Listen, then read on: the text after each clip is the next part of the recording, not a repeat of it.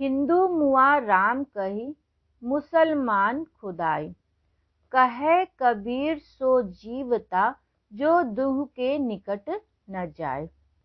इस साखी में कबीरदास जी ने हिंदू और मुसलमानों पर कटाक्ष किया है, उनकी धार्मिक कट्टरता पर प्रहार किया है।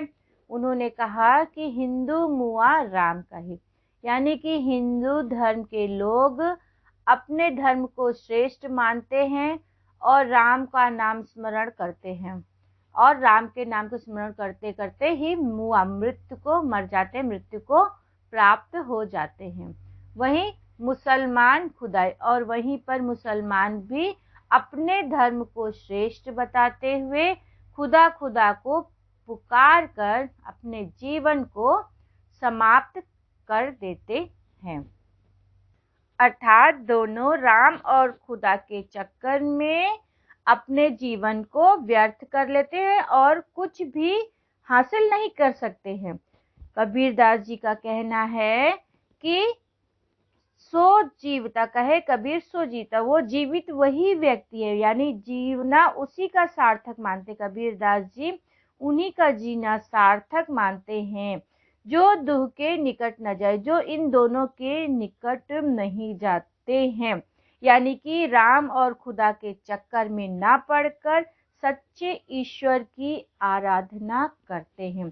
जो राम और खुदा के चक्कर में उनके राम सिर्फ नाम न रटते हुए सच्चे ईश्वर की सच्चे दिल से सरल तरीके से आराधना करते हैं, वही कबीरदास के अनुसार जीवित व्यक्ति होता है।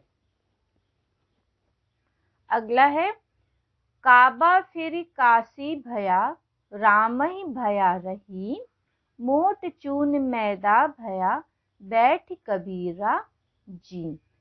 इस साखी में कबीरदास जी कहते हैं कि मैं धार्मिक संकीर्णताओं में, यानी धर्म के बंधन में फंसकर काबा और काशी तथा राम और रहीम में अंतर समझता था। यानी कि मैं काबा और काशी, काबा फिर काशी भया, राम ही भया रहीम, मैं पहले काबा काशी में राम और रहीम में अंतर समझता था, लेकिन जब मैं धार्मिक संकीर्णताओं से ऊपर उठा तब मेरे लिए काबा फिर काशी में, यानी फिर मेरे लिए काबा और काशी में कोई भी अंतर नहीं रह गया। काबा और काशी क्या है? काबा मुसलमानों का और काशी हिंदुओं का पवित्र स्थान है।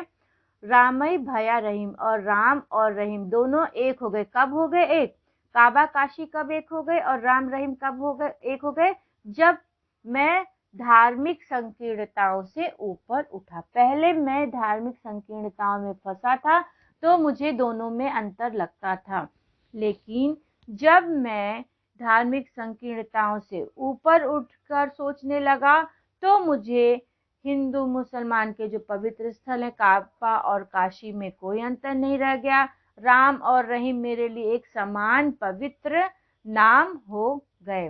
मोट चून मैदा भया, बैठ कबीरा जी। और मैं जिसे मोटे चूने के समान, मोट चून मतलब मोटे आटे के समान खाने योग्य नहीं समझता था, पहले जिसे मैं मोटा आटा समझकर नहीं खाता था, वही अब मैदा भया, अब वही मैदे के समान हो गया है और अब मैं उसी को बैठकर खा रहा हूँ। मोट चून का अर्थ है यहाँ पर, दूसरा अर्थ देखें तो धार्मिक जो कुरीतियां हैं, संकीर्णताएं हैं, बुराइयां हैं, वो सारी धार्मिक संकीर्ण, पहले जिसे मैं मोटा चूना यानी धार्मिक कुरीतियों को, संकीर्णताओं को, बुराइयों को जो था, अब वो मैदे के समान हो गए। अर्थात मैदा अर्थात यहाँ पर सभी धर्म तथा ईश्वर को एक मानना। ये अच्छाई मेरे में आ गई और मैं इसको एक समझकर अब इसको आराम से बैठकर खा रहा हूँ, या इसको बैठकर आराम से मैं इसका आनंद ले रहा हूँ। अंतिम है, ऊंचे कुल का जन्मिया, जे करनी ऊंच न होय, सुबरन कलश सुरा भरो, साधु निंदा सोय। कबीरदास जी कहते हैं कि कोई व्यक्ति केवल अगर अच्छे परिवार या खानदान में पैदा हो गया तो इसका मतलब ये नहीं कि वो उस खानदान में पैदा होने से ही महान बन जाता। महान बनने के लिए उसे अच्छा कर्म भी करना पड़ता है। ऊंचे कुल में अगर जन्म ले लिया है, लेकिन जे करनी ऊंच ना, अगर उसकी करनी यानी कार्य उसके अच्छे नहीं है तो वो महान नहीं हो सकता। अगर आप ऊंचे कुल में जन्म ले रहे हो तो आपकी करनी भी ऊंची होनी चाहिए, या आप नीचे कुल में जन्म ले रहे हो तो अपनी करनी ऊंची करके आप ऊंचे घर का बन सकते हो, महान बन सकते हो। जिस प्रकार एक उदाहरण भी दिया है कि जिस प्रकार सुवर्ण कलश सुरा भरो, जिस प्रकार सोने यानी सोना यानी स्वर्ण, स्वर्ण बहुत ही मूल्यवान धातु होती है, लेकिन अगर उस स्वर्ण सुवर्ण सोने के कलश में सुरा, सुरा मतलब शराब भर दिया जाए, सोने के पात्र में अगर शराब भर दी जाए तो साधु निंदा सोए, तो जो सज्जन व्यक्ति होते हैं उस पात्र की निंदा करते हैं। अर्थात जो स्वर्ण बहुत ही अच्छा माना जाता है, लेकिन सिर्फ इसलिए कि उसमें शराब भर दी जाए तो वह निंदनीय हो जाता है, यानी बुराई करने योग्य हो जाता है। उसी प्रकार ऊंचे कुल में जन्म लेने से नहीं होता है।